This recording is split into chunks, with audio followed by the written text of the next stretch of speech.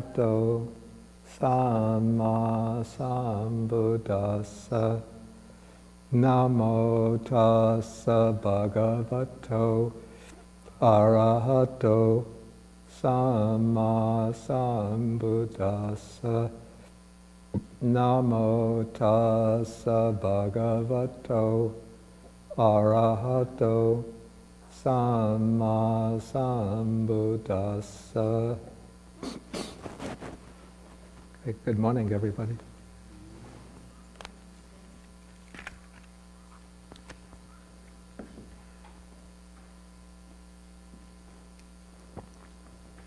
Okay, so today we'll be taking Sutta number 117 in the Majjhima Nikaya.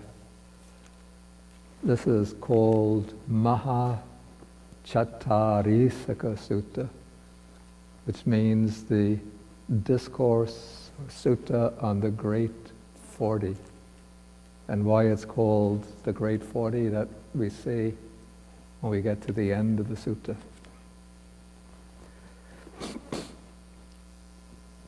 And this sutta is particularly interesting and important in understanding something about the history of the development of the Buddhist text, because we can see in this sutta how certain elements of the evolving or the emerging Abhidharma found their way into the Sutta Pitaka.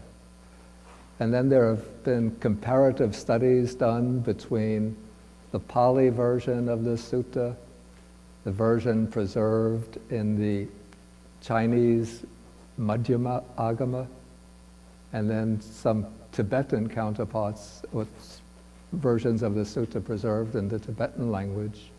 And from this, by comparison, we could see which version represents an earlier stage, which version represents a somewhat later stage. And interestingly, though, the Pali tradition says that the Pali suttas are the oldest, most authoritative sources, but we could see actually that that's not completely the case, that the Chinese version of the sutta seems to be older, sort of more archaic than the Pali version, which is showing, as I said, the influence of Abhidharma modes of thought. And the very important and illuminating comparative study of this sutta with its parallels has been done by a monk who used to be my student, but now is sort of miles ahead of me. This is Bhikkhu, miles ahead of me as far as scholarship goes. This is Bhikkhu Analayo. He has a book called Majjhima Agama Studies. These are studies based on primarily on the Chinese Majjhima Agama, but comparing the Chinese Majjhima Agama versions of a number of suttas with the Pali versions preserved in some cases Buddhist hybrid Sanskrit, some versions preserved in the Tibetan language. And so this shows how different schools of early Buddhism have preserved what is essentially originally the same text, but as the schools separated, the texts underwent variations. Some have been, let's say, have preserved earlier versions, and some versions show the influence of the later evolving or emerging modes of thought.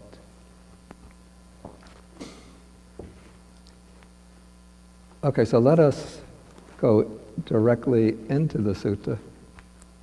Okay, so the sutta begins when the Buddha is living at Savatthi in Jeta's Grove, Anathapindika's park.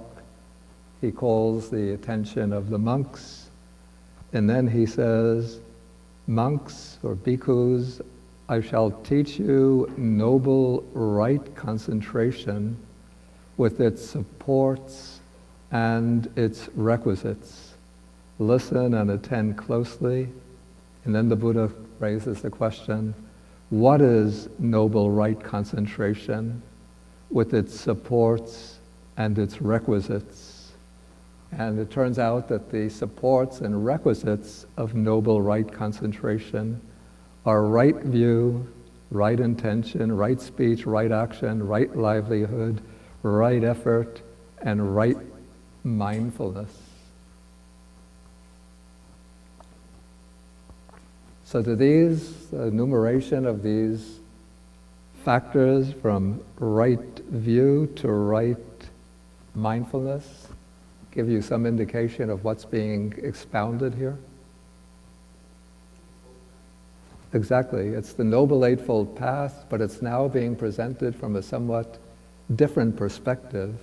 It's now taking right concentration as sort of the core or center of the Noble Eightfold Path. And then the other 7 factors are, we say, are like, maybe you could say that right concentration is like the sun of the solar system, and the other 7 factors are being presented as planets around that central sun of the solar system. So those are the supports and the requisites. And then right concentration itself is called unification of mind equipped with these 7 factors. So that is right concentration with its supports and its requisites.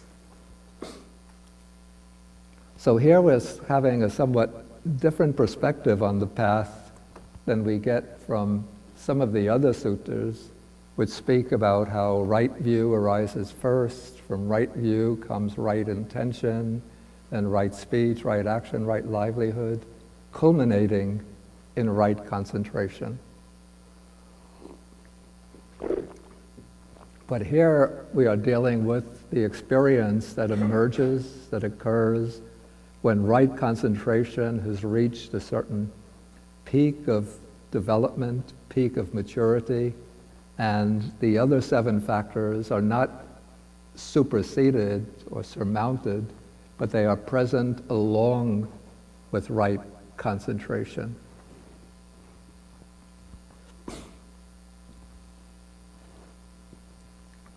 Okay, now the Buddha is going to turn back, so to speak, and take each of these factors and then explain, not all of them, but he's going to, well actually, when you look at it, it does turn into an account of all of the factors, but he's especially going to analyze the factors from right view through right livelihood.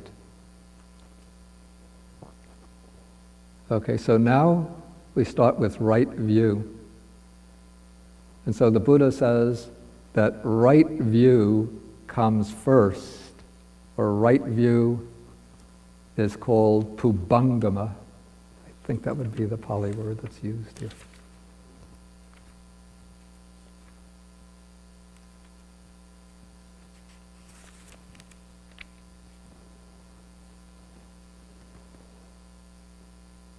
Yeah, it's pubangama.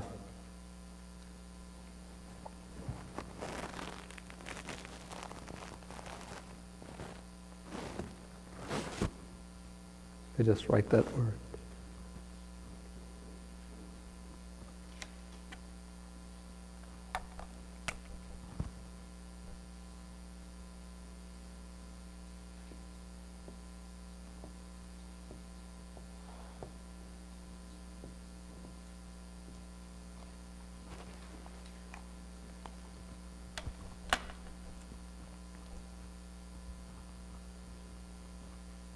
The word pubangama is literally, puba means before or in front, and gama means going. And so now the Buddha is going to explain how right view comes first. And he says that one understands wrong view as wrong view, and right view as right view. So even the ability to distinguish between what is wrong view and what is right view, that is one aspect of right view. Okay, now this is a sort of the way the Buddha proceeds, by introducing terms and then analyzing each term as he introduces it. So now he's spoken about wrong view and right view. So now he's going to give a kind of definition of each of these two terms. So he starts off now with wrong view. So what is wrong view? And then this is basically the view that denies karmic causation. So it's the view that there is nothing given, nothing offered, nothing sacrificed, which doesn't mean that if I give you something that I'm not actually giving it to you, but it's actually the view that there is no, say, karmic merit involved in the practice of giving, of making offerings, of practicing charity. That there's no fruit or result of good and bad actions. This is an explicit denial of karmic causation. There is no this world or no other world. Again, this is not a blanket denial of the existence of this world or another world, but it's the denial that for beings in this world, at death, there's no passing to another world.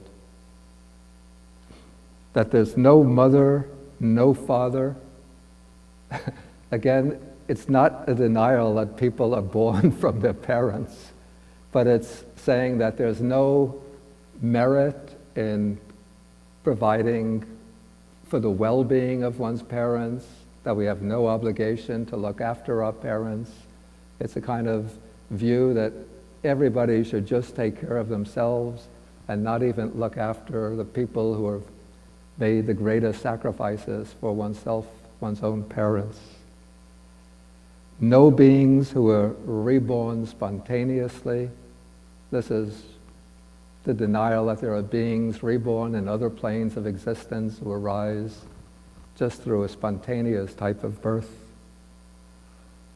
And then no good and virtuous recluses and Brahmins in the world who have realized for themselves by direct knowledge the nature of this world and the other world and teach them to others.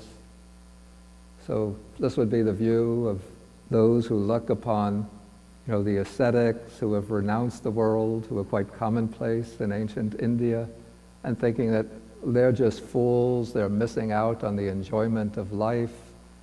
Why should they be devoting themselves, spending long hours, sitting cross-legged in mountains and caves under trees, when they could be out, going to ballrooms and going to bars and enjoying themselves. They're missing all the good things in life.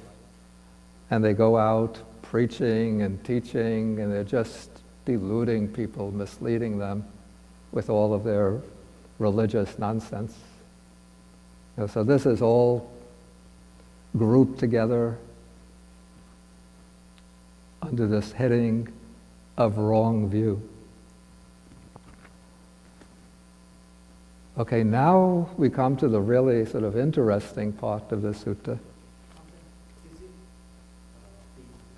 bhikkhu's wrong view or the bhikkhu's What he's saying, the one who holds this kind of wrong view, he's saying that there are no recluses and Brahmins in the world who have realized the real nature of this world and the world beyond and teach them to others. In other words,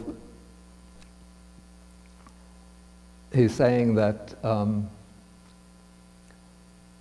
course, he knows, since he's living in ancient India, he knows that there are recluses and Brahmins who have living lives of renunciation, but he's saying that there's no kind of real experience of awakening, enlightenment, any kind of higher states of consciousness or realization to be achieved.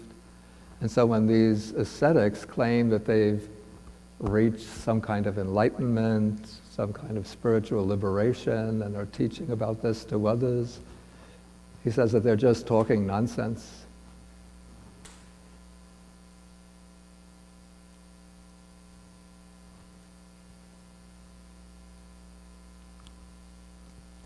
Okay, so now that is wrong view. And wrong view is just presented here as of one type. So of course in other suttas, other variations on wrong views are mentioned. But here now, when the Buddha introduces right view, this is where it becomes interesting. He makes a distinction. He says, right view, I say, is twofold. There is a right view that is subject to the taints. Here we have affected by the taints. Partaking of merit. First I'll read it, then I'll explain these terms, which are very technical. Partaking of merit, ripening in the acquisitions, and there is right view that is noble, taintless, without the asavas, supramundane, or world transcending, a factor of the path.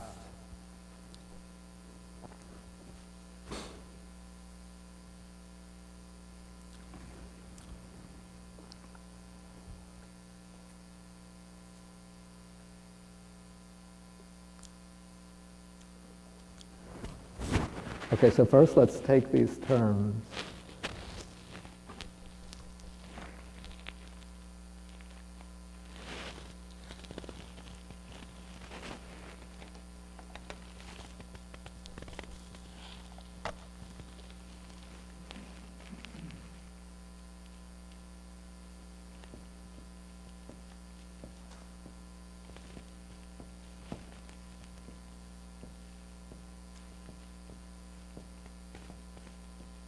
What is the next one?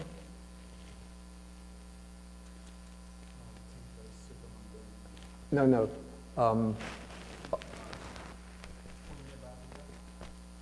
Okay, you have it. Okay, you have the yeah.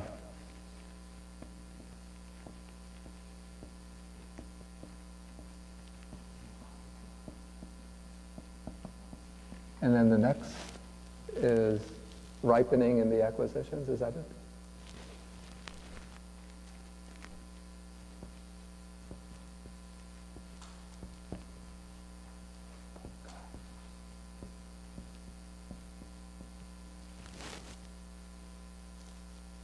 Anything else on this side? Then the other is noble.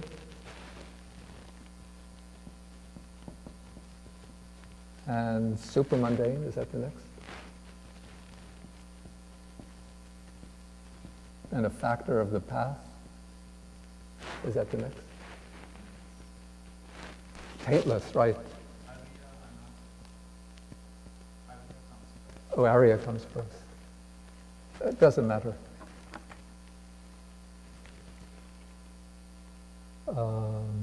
A factor of the path.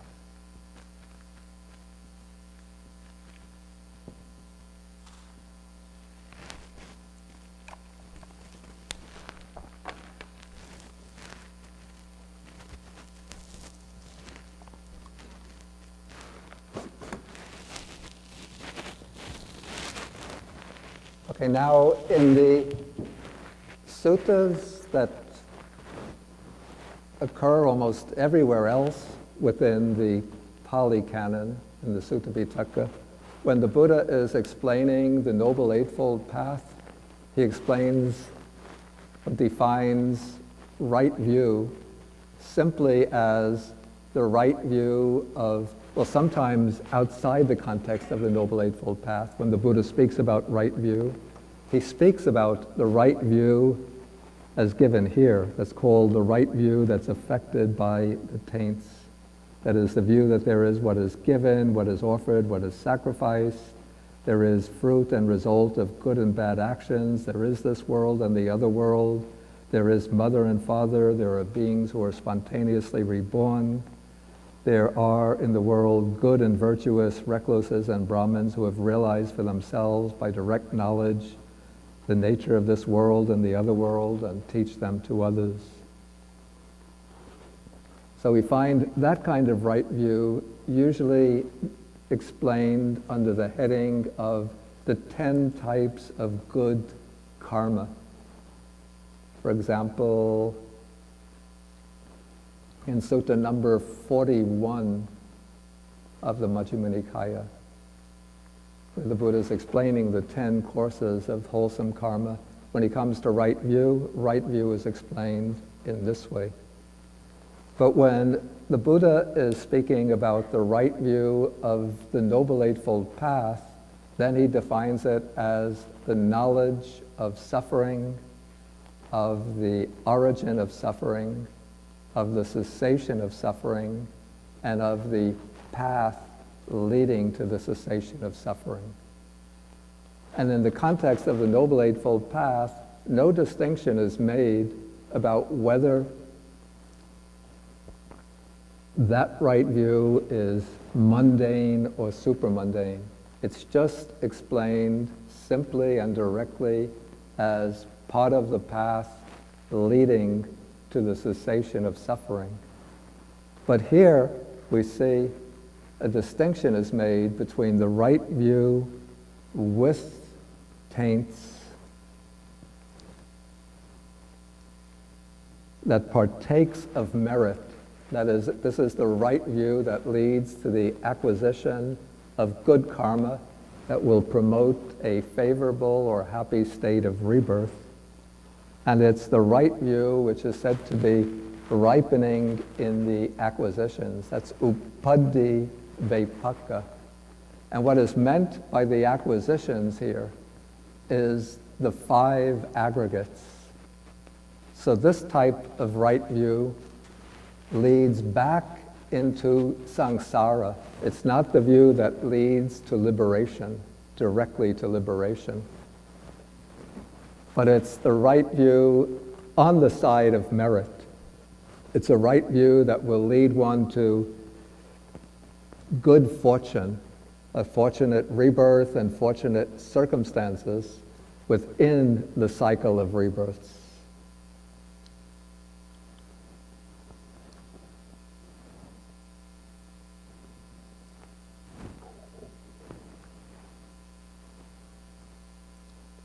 But now, when we come to the definition of the supramundane right view in this sutta, well, first we find a number of descriptive terms for this other type of right view, which are rather unique to the sutta.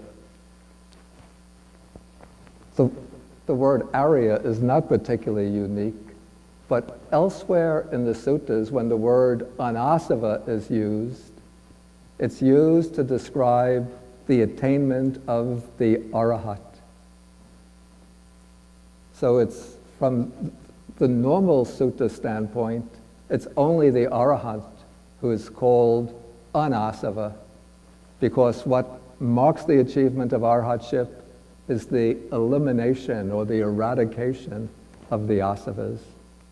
And do you know what the asavas are? The 3 most fundamental defilements. Anybody remember what they are? As well? Take the microphone. Yeah. Craving for sensual pleasure. Yeah. Craving for continued existence. Right.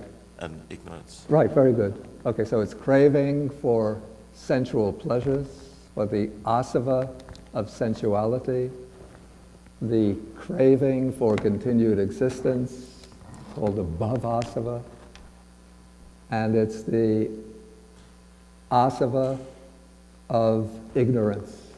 The word asava literally means flowing in, so sometimes it's translated influxes. But Venerable Nyanamoli used taint. I don't actually like taint that much, but I just adopted Venerable Nyanamoli's term. Okay, now where we come to the right view that's said to be noble, taintless, supramundane, a factor of the path, notice the way it's being described here. We don't have it defined as the knowledge of the Four Noble Truths, but rather it's called the wisdom the faculty of wisdom, the power of wisdom, the investigation of states, enlightenment factor, the path factor of right view, in one whose mind is noble, whose mind is taintless, who possesses the noble path, and who is developing the noble path. So what we see here first, one significant aspect of this definition is that the content of the right view is not mentioned, which is where this definition would differ from the standard definition of right view in the Noble Eightfold Path. For example, Sutta number 41, let me get the page number. Page 1100, paragraph 24. And what, friends, is right view? Knowledge of suffering, knowledge of the origin of suffering, knowledge of the cessation of suffering, knowledge of the way leading to the cessation of suffering. This is called right view. And if you look in countless other suttas, you'll find right view defined in exactly those terms.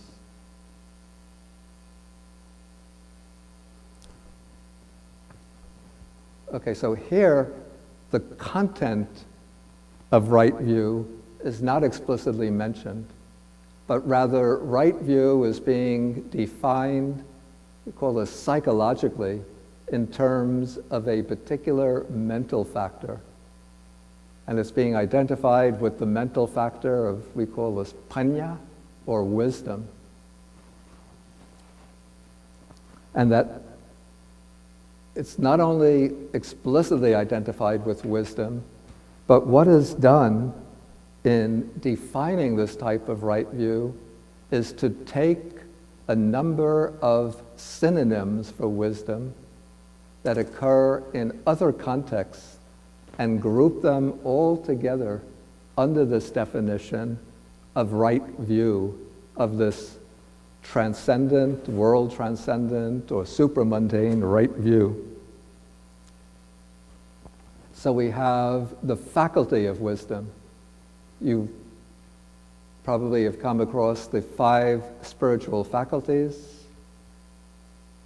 Anybody remember the 5 faculties?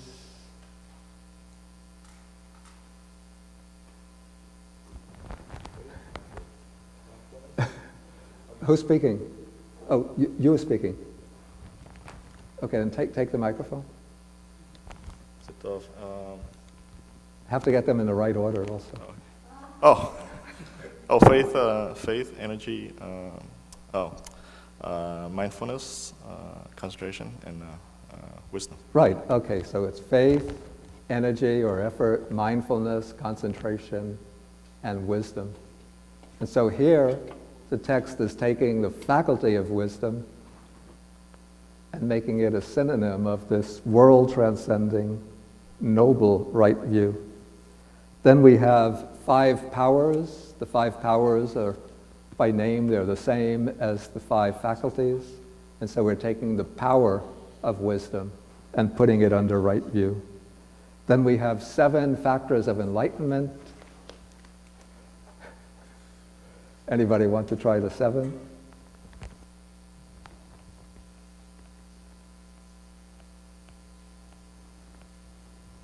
Osmond will try it. And the right order.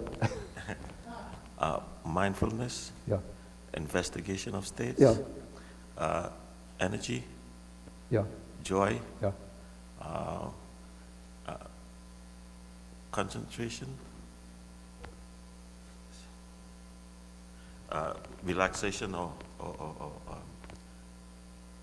if you have relaxation, Yeah, well, we call it tranquility. okay, effort, Excuse me? effort, You had that already with energy. But you mentioned it, but you got it out of order. Concentration. concentration, And then the last one? enmity, Right.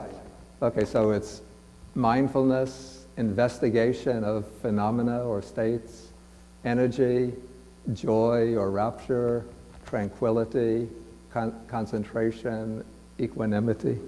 And so now the investigation of states, investigation of phenomena, enlightenment factor, is taken out and put under right view, the world transcending right view. Then we have the path factor of right view. So now this becomes the path factor of the Noble Eightfold Path. That is put under the right view that is noble, taintless, supermundane, a factor of the path. And then we have some other interesting descriptions. The path factor of right view in one whose mind is noble. So now it's speaking about a particular state of consciousness. You see, that's quite distinctive of the Abhidharma mode of analysis. It's speaking about an Arya Chitta, a mind that is noble, a mind that is taintless. This is very significant because in everywhere else in the Sutta Pitaka, when they speak about the mind that's taintless, it's the mind of the Arahat. But here it's speaking about a mind, a citta that is taintless, and yet it's not the citta, the mind of the Arahat, because it says it's the right view of one who possesses the noble path and is developing the noble path. Now, somebody who is an Arahat is not developing the noble path. He's finished with the path. He's reached the end of the path. So this description here must be describing the state of mind or an experience of one who is still on the path, moving towards the goal. And yet, this is a mind that's described as taintless. And so this becomes a technical term in the Abhidharma to designate, to describe not the general state of mind of the Arhat, but to describe what are called the four world transcending path moments and the corresponding four world transcending fruits. And so we see here what's emerging seems to be a different perspective on the path between the sutta style of teaching and the Abhidhamma systematization of the teaching. In the sutta style of teaching, we get the impression that one undertakes the practice of the Noble Eightfold Path by first acquiring a conceptual right view of the Four Noble Truths. Then one begins undertaking the other path factors, and one practices in one's day-to-day life until, well, especially in concentrated sessions of meditation, until eventually one reaches liberation, the goal of the path, or until one reaches the four stages of awakening, culminating in the goal of the path. But now, what takes place in the Abhidhamma is a distinction between two kinds of path, two aspects of the path. One is called, I don't know if I should use the Pali words, the Lokiya Magga, which means the mundane path.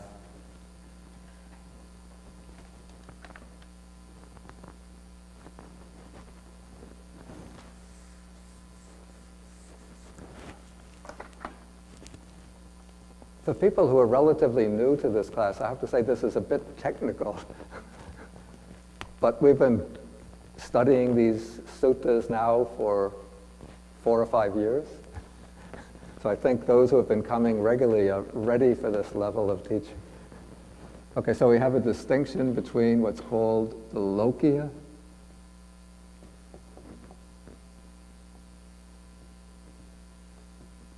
path. It's also called the preliminary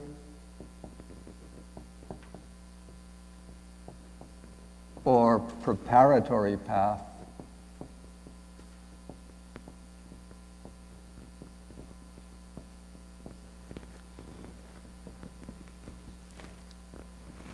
And then comes the Lokuttara path.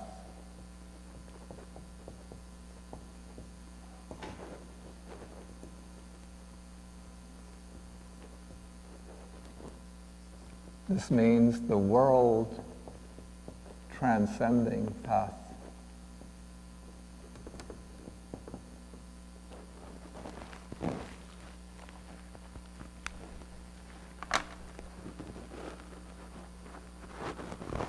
And as the concept or the understanding of this world transcending path becomes refined in the Abhidhamma, it's conceived of as 4 mind moments which occur with some distance of time between them. But a world transcending path is just a single mind moment, a single moment of consciousness which rises up above and beyond the world of conditioned experience and penetrates the nature of nibbana, the unconditioned nirvana. And that world transcending path emerges from the development or cultivation of the mundane path, which is also called the preliminary or preparatory path. So in other words, the path that we are practicing in our day-to-day life, sometimes we say, I'm a Buddhist, I'm practicing the Noble Eightfold Path. But from the technical standpoint, maybe some of you are, I don't know, but most of us are not. What we are doing is practicing a path, we could say, that is in accord with the Noble Eightfold Path. Or we're practicing the preliminary or preparation for the Noble Eightfold Path. But the real Eightfold Path that is truly noble, truly world transcending, is just that one moment of consciousness that arises when all of the spiritual faculties are mature. And that world transcending path has the function of penetrating directly and deeply the 4 Noble Truths by taking as its object of realization Nibbana itself. And when that path arises, it eradicates permanently, it eradicates certain of the defilements or the fetters that keep us in bondage to birth and death. And so there are 4 world transcending paths or stages in the world transcending path.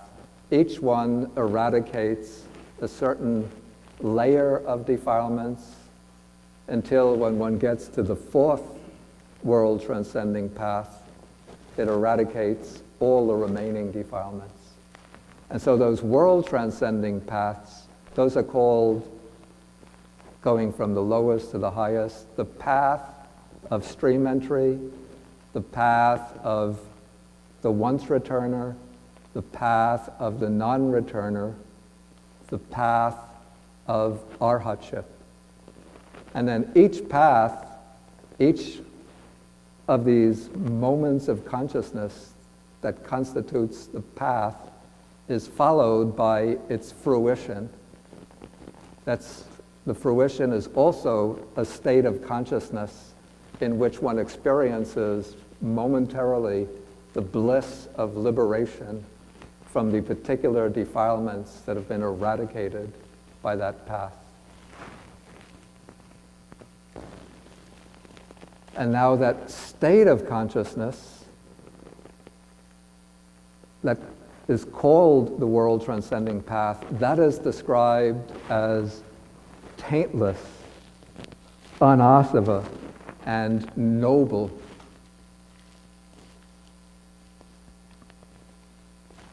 And so even though the person, the stream enterer, once returner, non-returner, have not yet eradicated the asavas, or the taints, completely, but those states of consciousness, because they have emerged from all conditioned, mundane experience, and because they are taking nibbana as their object, they are said to be anasava, without the taints, without the influxes.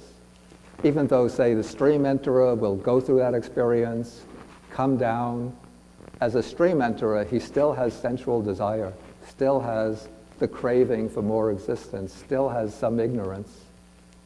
But that experience, that momentary experience of the path and fruit, those experiences are said to be free from the influxes, without the asavas.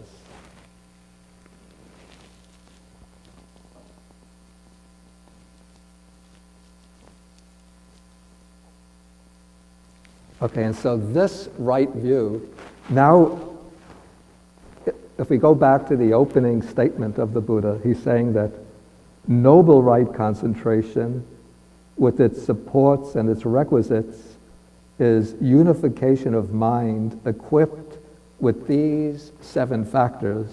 And so the first of these is right view.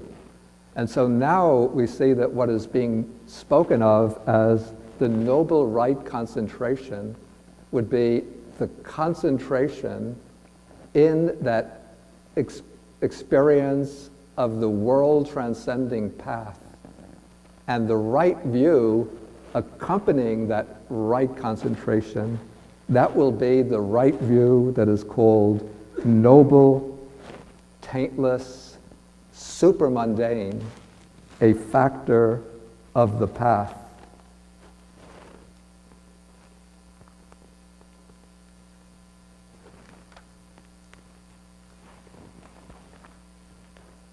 Okay, then the Buddha in the next passage, or next paragraph, he brings in the other 2 factors that have not been mentioned yet, or 2 factors that have not been mentioned yet. One is right effort, the other is right mindfulness. So he says, one makes an effort to abandon wrong view and to enter upon right view. That is one's right effort. Then mindfully one abandons wrong view. Mindfully one enters upon and abides in right view. That is one's right mindfulness. Thus, these 3 states run and circle around right view. That is, right view, right effort, and right mindfulness. Okay, I have to explain the way I understand this. That here I would understand the right effort and right mindfulness to apply in both paths, both types of path, but in different ways. In the mundane path, the preliminary or preparatory path, we are making a sort of conscious, deliberate effort to eliminate wrong view and to acquire right view. So this is the kind of right effort that we experience in our ordinary day-to-day practice of Dharma. We have to sort of reflect and consider what is wrong view, what is right view. We study the text to see what is wrong view, what is right view. We reflect upon them. We do meditation, particularly insight meditation, in order to sharpen our right understanding or insight into impermanence, dukkha, non-self. So all of that effort is the right effort of the preliminary part of the path. And similarly, while we're making that effort, we're also practicing right mindfulness. And so we take up, could be mindfulness of breathing, mindfulness of the elements, mindfulness of walking back and forth, mindfulness of feeling, mindfulness of mental objects, mental states, anything within the framework of the four foundations of mindfulness will be the right mindfulness of the mundane path, the preliminary or preparatory path. But now, for somebody, when their practice comes to the culmination, when they reach the supramundane, world-transcending path, that one mind moment, there's present energy involved in eliminating the defilements. That energy is the right effort of the world-transcending path. And there'll be the mindfulness, which is now helping to eradicate the tendency towards wrong view. That would be the world-transcending mindfulness, or the mindfulness in the world-transcending path. And then, of course, there's the presence of the right view itself. So he says these three states, that is right view, probably here the preliminary right view, and right effort and right mindfulness circle around, I think, the world-transcending right view.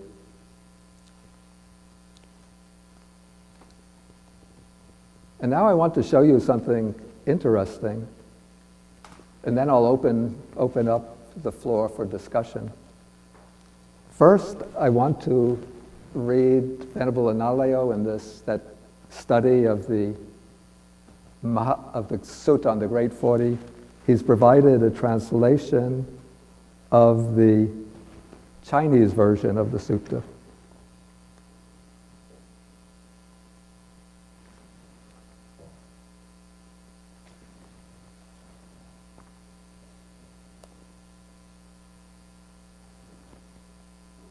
But actually, this strikes me as a bit strange.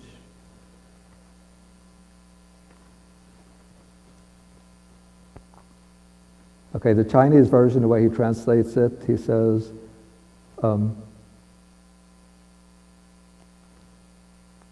there is this noble right concentration with its arousing, its supports, and also with its equipment of 7 factors. Then he says, I'll explain the 7 factors are right view through right mindfulness. And then he says, right view is foremost. This would be like what I translate as the forerunner. If one sees that wrong view is wrong view, this is right view. If one sees that right view is right view, this is right view. Then what is wrong view? It's the view that there is no giving, no offerings, no sacrifice, no wholesome and evil deeds, no result of wholesome and evil deeds, and so on.